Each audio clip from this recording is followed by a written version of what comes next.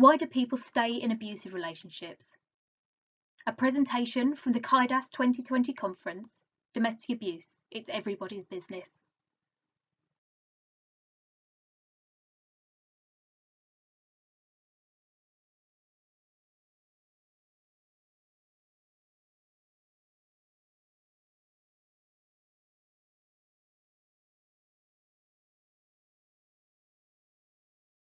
She's been on the phone again crying. Apparently he slapped her up again for no reason. She must like it. What do you reckon?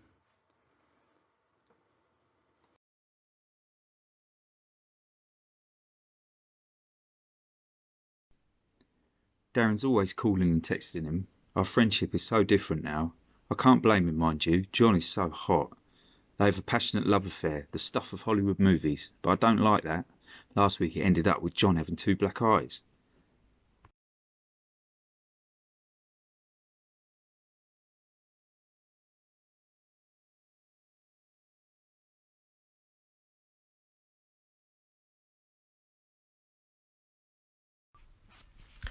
She slept outside in her car. How ridiculous. It's all drama, drama, drama with her.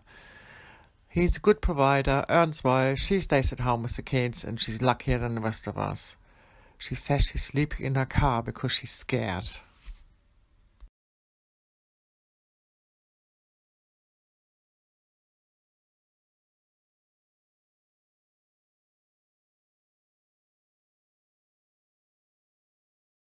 So if they don't like it, why don't they just leave?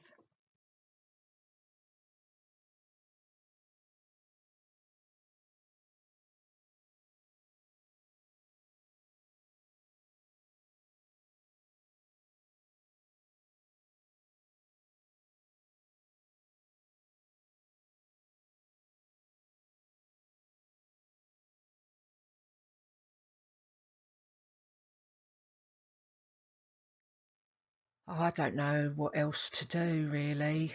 I mean, I talk to my brother. He's the only person I've got, but well, he's a bloke as well, isn't he? He don't really get it. He thinks that if he gives me a bit of a slap from time to time, it's all right, because that's the way of the world. And I don't think it is the way of the world. I think it's wrong, but well, the world seems so big, I don't really know what else there is for me. I guess it's all I've ever been made for. We don't have much. We don't have anything at all, actually, and I don't know where to go or who to talk to. Seems like everyone thinks it just is what it is, and I've got to put up and deal with it.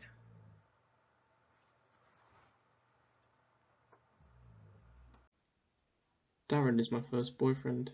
I haven't told my family. I'm scared of what they'll say. He knows that. He keeps saying he'll do it for me. Last week we had a fight. Well, I say we. What I mean is, he punched me in the face. It isn't the first time.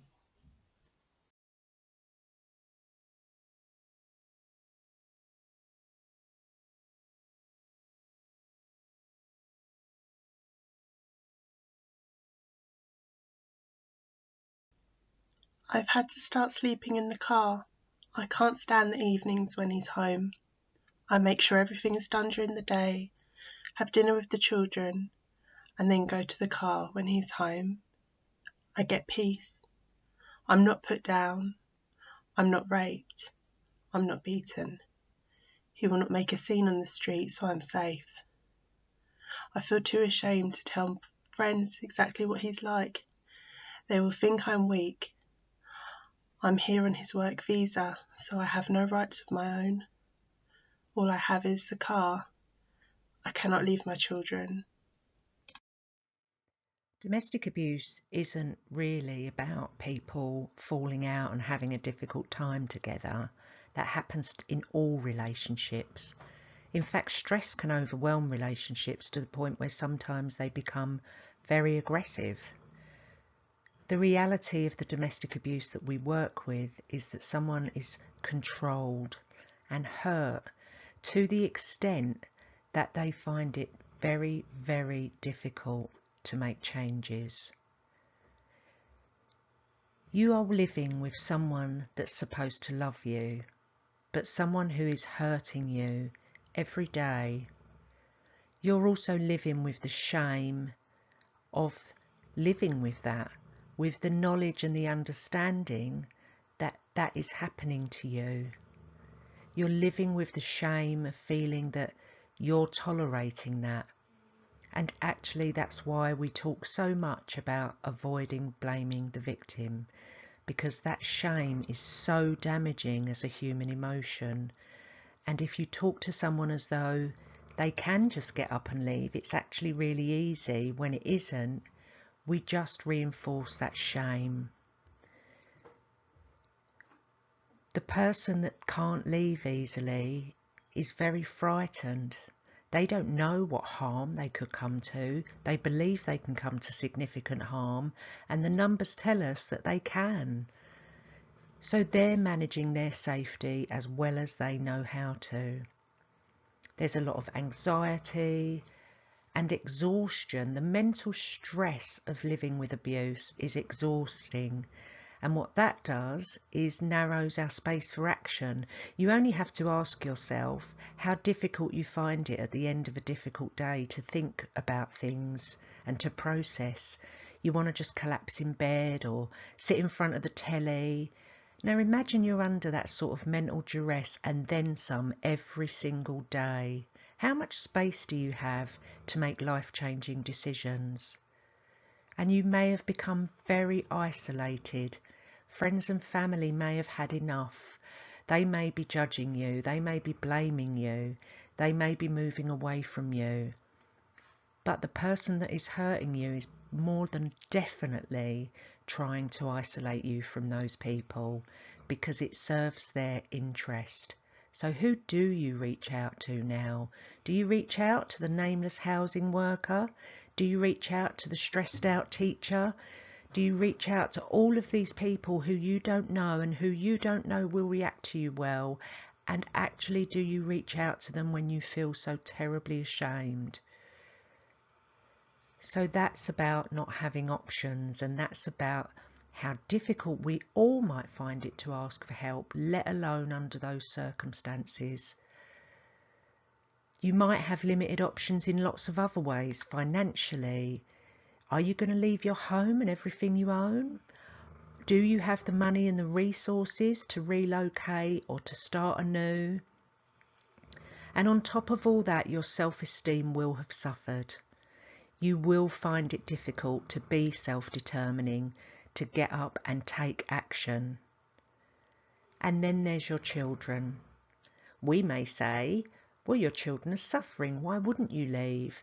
When actually it's not as simple as that. You've got to take on board the need to be a single parent. You've also got to take on board the idea that your children may miss their other parent, that they may struggle with that the other parent may have created boundary issues and interpersonal issues that you're now going to have to clean up. There are so many reasons why leaving isn't easy, so many of them, and we have to really understand how truly difficult it is. We should also consider the choices that victims are facing. Quite often, leaving an abusive relationship means an awful lot of loss. Maybe losing our house or our belongings, the potential for losing a job, having to move really far away from family and friends, or feeling like we'll lose those family and friends if they find out what's been happening. We might face losing our pets if they can't move with us. All of these losses are immediate if we choose to end this abusive relationship. And remember, ending the relationship doesn't mean the abuse will stop. It actually makes it more dangerous. This is the point where it's really important to seek expert help. All of the things that we might gain by ending an abusive relationship are more esoteric and less certain. We might gain freedom and safety, confidence, self-esteem and security. And these are all amazing benefits, but they certainly wouldn't happen straight away. It's a gamble on a more positive future.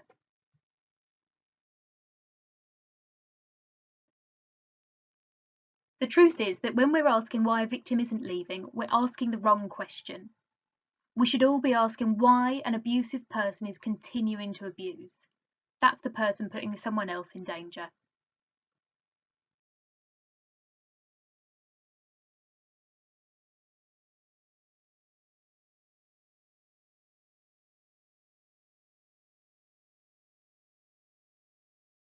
What we should do is acknowledge the strength that the victim has shown. They will have been living in fear for a long time. It's often years of gradually intensifying abuse before a person reaches out for help. If someone tells you that they're a victim of domestic abuse, you should check that they're okay. Are they physically hurt at the moment, and do they need help? Support should be offered unconditionally. A victim of domestic abuse will have been safety planning for a long time. They are the expert in their situation and will know what is likely to make them more unsafe. If you tell them that you will help, but only, for instance, if they will leave tonight, you are further isolating them or forcing them into a dangerous situation. It is at the point of leaving an abusive relationship that is most dangerous. You could go with them to seek support, and offers of practical support, such as an address for correspondence or storing personal belongings, could be really helpful. You might be able to help by researching what organisations are available locally, and you should always wait until the person is ready to act.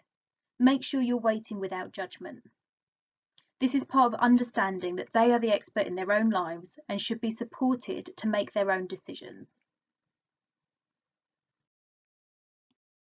We need to make sure that we're not blaming the victim or trying to force change. We shouldn't underestimate the potential for danger or approach the abuser, which could make the situation much worse. We shouldn't make unachievable promises or set conditions for our support.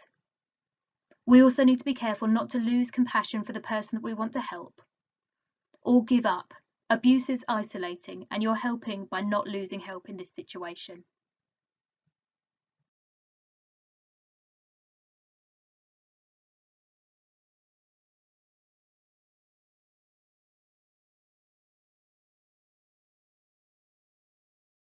We're really grateful to all of our narrators and to all of the people who've shared their stories with us over the years.